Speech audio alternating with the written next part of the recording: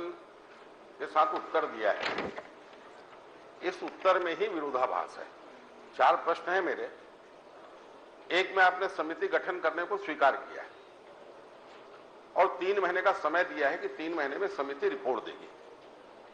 समिति गठित हुई है 16/9/2021 को और आज पर्यंत तक इस समिति की रिपोर्ट नहीं आई है। दूसरी तरफ माननीय मंत्री जी ने मेरे गा के उत्तर में कहा है कि मैंने 7/3/2019 के बिंदु क्रमांक 3 में उल्लिखित क्रमोन्नति समयवाद में क्या कार्रवाई विभाग द्वारा की गई, उसमें जी हां लिखा है और घा में कहा है शिक्षा कर्मियों का संविलियन हो जाने के कारण उक्त घोषणा अप्रासंगिक हो गई है।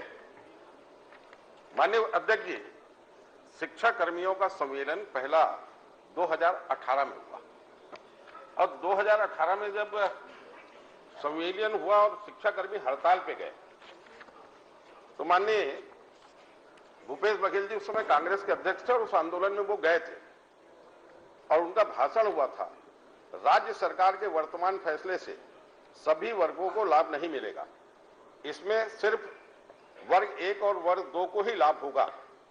वर्ग 3 अब भी विसंगति से जूझ रहा है। पीसीसी चीफ ने कहा कि शिक्षा कर्मियों के राज्य के फैसले को लेकर नाराजगी है। संविलियन और वेतनमान का लाभ सभी शिक्षा कर्मियों को नहीं होगा और अपने घोषणा पत्र में भी उन्होंने इस बात का उल्लेख किया कि हम वेतन विसंगति दूर करने के लिए कार्य करेंगे और आप स्वयं स्वीकार कर रहे हैं कि 16/9/2021 को आपने समिति गठित की, रिपोर्ट आई नहीं और आपने लिख दिया शिक्षा कर्मियों का संविलियन हो जाने के कारण उक्त घोषणा अप्रासंगिक हो गई है। तो वेतन विसंगति है क्या, इस बात को आप समझ रहे हैं कि नहीं समझ रहे हैं? पहले आप मेरे को बता दो, आप वेतन विसंगति क्या है ये समझा दो। आप क्या है इसमें बताइए तो, क्या है वेतन विसंगति, क्या है उसमें ये बता दीजिए। अरे भाई, जिस बात के लिए आपने कमेटी बनाई है, कमेटी आपने बनाई ना वेतन विसंगति को दूर करने के लिए जी, तो आपने क्या समझा वेतन विसंगति को? पहले ये तो स्पष्ट करो, किस प्रकार की वेतन विसंगति थी जिसके लिए आपको समिति बनानी पड़ी? इसीलिए तो कमेटी बनाई है, इसीलिए तो कमेटी बनाई गई है ना। कमेटी की बैठकें होगी, उसमें आपके कई लोग हैं, उसमें शिक्षा विभाग के लोग रहेंगे, वित्त विभाग के लोग रहेंगे, जीडी के लोग रहेंगे, तो ये सबका उसमें जो बैठक होगा तब तो कुछ उसमें हल निकलेगा। माननीय अध्यक्ष जी, आप स्वयं उत्तर देख लीजिए। उत्तर में आपने लिखा है वेतन विसंगति दूर करने के लिए आपने प्रमुख सचिव छत्तीसगढ़ शासन स्कूल शिक्षा विभाग की अध्यक्षता में समिति बनाई। आप स्वयं स्वीकार कर रहे हैं रिपोर्ट आई नहीं तो बनी है ना, इसमें तो स्वतः करके। अरे भाई, रिपोर्ट के लिए आपने 3 महीने का समय निर्धारित किया है ना। अरे इसके लिए तो धन्यवाद। आपने रिपोर्ट के लिए 3 महीने का समय निर्धारित किया है और 18 महीना हो गया। 3 महीने का समय आपने निर्धारित किया, रिटर्न में दिया है और आप स्वयं स्वीकार कर रहे हैं कि अब तक समिति की रिपोर्ट नहीं आई है। मैं आपसे सिर्फ प्रश्न ये कर रहा हूं कि वेतन विसंगति क्या है जिसके लिए आपको समिति गठित करनी पड़ी, किन किन बिंदुओं पे बात करने के लिए समिति गठित की गई थी, वो बिंदु बता दीजिए। उस समिति को कौन कौन से बिंदु दिए गए थे जांच के लिए, और समिति की रिपोर्ट नहीं आई तो उसके पीछे क्या कारण है और लेट होने के लिए दोषी लोगों पर आप क्या कार्रवाई करेंगे? वेतन विसंगति के जितने भी आपका मुद्दे उसमें है, क्या क्या उसमें हो सकता है, इसीलिए तो कमेटी बनाई गई है। और कमेटी जो बनाई गई है, अगर कमेटी समय पर अगर अपनी रिपोर्ट नहीं देता है जो समिति बनाई, उस समिति को किन किन बिंदुओं पर विचार करना था, आपने कौन कौन से बिंदु तय किए थे बता दो आप मेरे को। माननीय अध्यक्ष महोदय, मैंने कहा कि वेतन विसंगति के संबंध में एक कमेटी बनी हुई है, ये समिति बना हुआ है, समिति उसमें विचार करेगा उसमें। और या अगर उस समय नहीं हो पाए माननीय अध्यक्ष महोदय, तो हमें इसके समय वृद्धि के लिए भी प्रस्तुत किए हैं इसमें कि उसको समय वृद्धि करने के लिए निवेदन किया है। माननीय अध्यक्ष जी, मैंने बहुत पॉइंटेड प्रश्न किया है। मंत्री आप समिति बनाना स्वीकार कर रहे हैं, बिंदु बताइए। मंत्री जी, शर्मा जी ये जानना चाहते हैं कि किन किन बिंदुओं पे परीक्षण होगा, कोई बिंदु निर्धारित किया है आपने? माननीय अध्यक्ष महोदय, जो भी वेतन विसंगति के संबंध में जो भी उसमें बिंदु होंगे उसी में तो विचार होगा माननीय अध्यक्ष महोदय। विरोध में तय थोड़ी अभी हम किए, ये समिति तय करेगी माननीय अध्यक्ष को, कौन सा तय करेगा ये समिति के सामने कब तक करेंगे? नहीं, माननीय अध्यक्ष जी, माननीय अध्यक्ष महोदय, आप समिति के उत्तर से संतुष्ट हैं क्या? आप चलिए, अब वो बिंदु नहीं बता पा रहे हैं किन किन बिंदुओं पर इस समिति को अपनी रिपोर्ट प्रस्तुत करना है।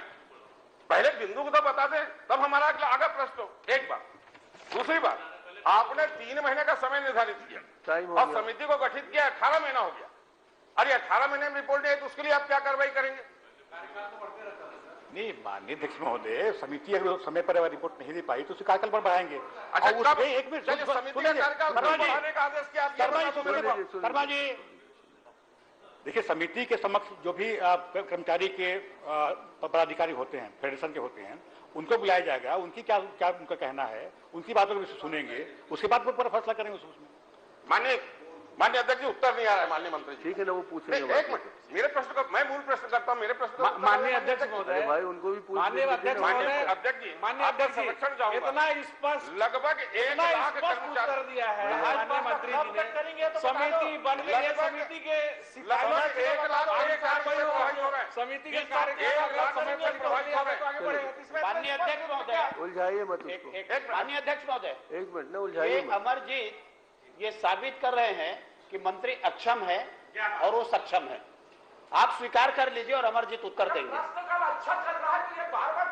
अध्यक्ष जी, उत्तर तो सक्षम और अक्षम की कोई बात ही नहीं है। सक्षम और अक्षम की कोई बात नहीं है।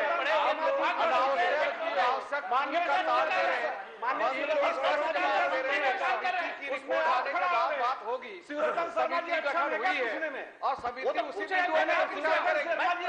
सक्षम और अक्षम की बात कहाँ गई? देखिए, चलिए बैठिए, हो गया। हमारे मंत्री में कौन सा ठीक नहीं? और अगर आप सक्षम हैं, आप बैठिए, मंत्री जी ने साफ कहा, अमरजीत जी, अमरजीत जी प्लीज। उसके बाद हम चर्चा करेंगे। तो कहाँ से बात आ गई? क्षमता की बात कहाँ से? माननीय अध्यक्ष जी, कुछ बिंदु, एक मिनट, मैंने 2 प्रश्न किए, मेरे मैं दोनों पूछ तो रहा हूँ, मैं अगला जी मैं उन्हीं को पूछ रहा हूँ जी। बिंदु निर्धारित किया गया था क्या कि किन किन प्रश्न पर उनसे जवाब लिया जाएगा या जांच किया जाएगा? माननीय अध्यक्ष महोदय, ये शिक्षकों की जो वेतन विसंगतियां है, ये अंतर विभागीय समिति का गठन किया गया। ठीक, उसमें प्रमुख सचिव शिक्षा, सचिव कमेटी हो गई है, सचिव समान प्रशासन और सचिव वित्त विभाग, ये सबसे मिला जुआ है। और समिति के समक्ष फेडरेशन के पदाधिकारी को भी अपने पक्ष रखने का अवसर रहेगा। उसमें उनकी क्या मांग है, किस प्रकार की वेतन विसंगतियां है, उसी में चर्चा करूंगा। मान्य चलिए बताइए मुझे कि उसमें एक आध बैठक हुई है कि नहीं? 1-2 बैठक हो गई है क्या उस समिति? जी, एक बैठक हुई, एक बैठक हो गई। एक माननीय अध्यक्ष जी, 3 महीने में रिपोर्ट आनी थी, 3 महीने में रिपोर्ट नहीं आई। मैंने पूछा कौन कौन से बिंदु निर्धारित थे, उसका उत्तर नहीं आया। अब मैं तीसरा प्रश्न कर लेता हूं इनसे। हाँ, तीसरा कर लीजिए। 2 का उत्तर नहीं आया, इनका आ जाए उसके बाद आपको देता हूँ। 2 का उत्तर नहीं आया, मैं तीसरा प्रश्न कर रहा हूं। अरे इनका हो जाने दो ना। मेरे गा के उत्तर में इनने स्वीकार किया है, शिक्षा कर्मियों का संविलियन हो जाने के कारण उक्त घोषणा अप्रासंगिक हो गई है। शिक्षा कर्मियों का संविलियन पहले 2018 में हो चुका था, उसके बाद जन घोषणा पत्र जारी हुआ। अब जब शिक्षा कर्मी का संविलियन हो गया तो ये घोषणा जन घोषणा पत्र लेने के पीछे क्या कारण था? संविलियन सरकार में आने के बाद हुआ। माननीय अध्यक्ष जी, आप समय मत, हमारे सरकार में आने के बाद संविलियन हुआ है। अरे 2018 क्या बात करते हो? आपने कहा डंडा मारा था भगत जी, आपने तो डंडा मारा था, संविलियन की मांग कर रहे थे। तो ओ भगत जी प्लीज, चलिए आप बताइए। माननीय अध्यक्ष महोदय, शर्मा जी का प्रश्न घ में यह है कि क्या घोषणा पत्र 1998 में कार्यरत शिक्षा कर्मी वर्ग 3 को क्रमोन्नति प्रदान करने की बात कही गई थी? यदि हाँ तो क्या उस घोषणा पत्र पूरा कर लिया गया है? मैंने कहा कि उस समय कही गई थी, जी हाँ। अब चूंकि शिक्षा कर्मी का सम्मेलन सहायक शिक्षक में नियमित हो गया है, नियमित उसमें हो गया है, तो ये उसमें नहीं आता है। और ये जो इसमें जो क्रमोन्नति में मिलना चाहिए वो मिलेगा, उसमें सहायक शिक्षकों को मिलेगा। माने मैंने जो प्रश्न किया है इसमें एक जी, आपका प्रश्न थोड़ा लंबा हो गया। ऐसा है, आप 1 घंटे जवाब दे चुके हो। 1 घंटे चला है शिक्षा विभाग में आपका प्रश्न, इसलिए आप ध्यान से सुनिए। अभी 10 ही मिनट हुआ। चलिए शर्मा जी, माने इनका नहीं चला था 1 घंटे, इनके पहले वाले का चला था 1 घंटे ताकि इनका मत आए। शिक्षा कर्मियों का मामला ये था। कारण उक्त घोषणा अप्रासंगिक हो गई है। इस बात को आप 4 बार कह चुके हैं। मैं बात इसका उत्तर नहीं आ रहा है ना। तो प्रश्न करना भी नहीं आ रहा माननीय अध्यक्ष जी, इनको आप थोड़ा मेरे को सिखा सिखाओगे? दीजिए। इधर उधर मेरा तो प्रश्न क्या करना है वो भी प्लीज, सिखाओगे। प्लीज। अरे प्रश्न थोड़ा ठीक ठाक करिए। अमरजीत जी, आपसे पहले विधायक बनाऊं, आप मेरे को मत सिखाओ।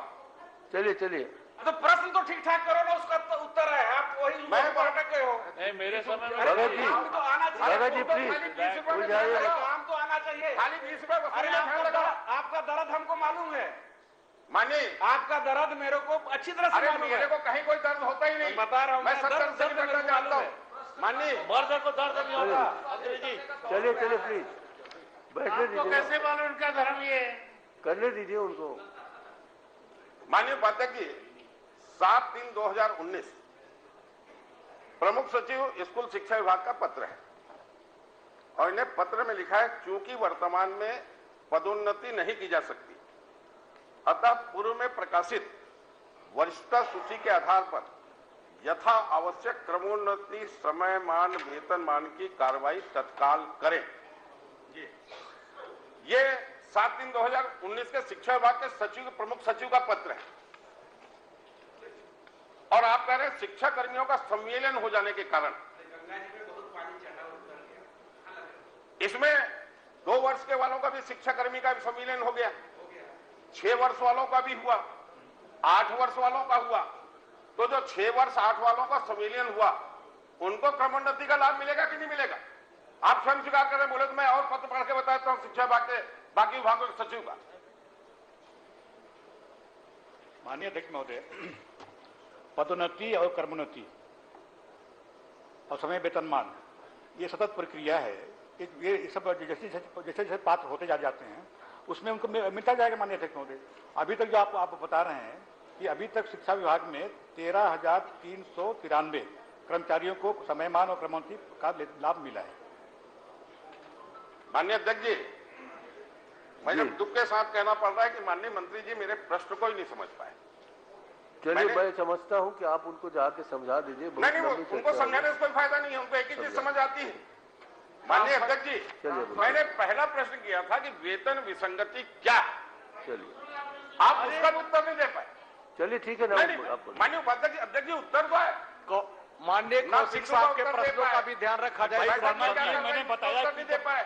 शर्मा जी, जब मैं बता दिया कि जब उसमें जो उस कमेटी में माननीय अध्यक्ष महोदय जो कर्मचारी के भी लोग उसमें आएंगे, उसमें से चर्चा होगी, तभी तो उसमें बनेगा। उसमें क्या उसमें दिक्कतें हैं, वो सबका उसमें समाधान किया जाएगा। उसमें माननीय शर्मा जी समझ नहीं रहे इस बात को। असल में इस वेतन विसंगति का जो मामला है अध्यक्ष जी, चलिए ये व्याख्याता, शिक्षक और सहायक शिक्षक, ये तीनों के जो वेतनमान का अंतर है, मूल विषय ये, और उस विषय पे ये सरकार कोई कार्रवाई नहीं कर रही।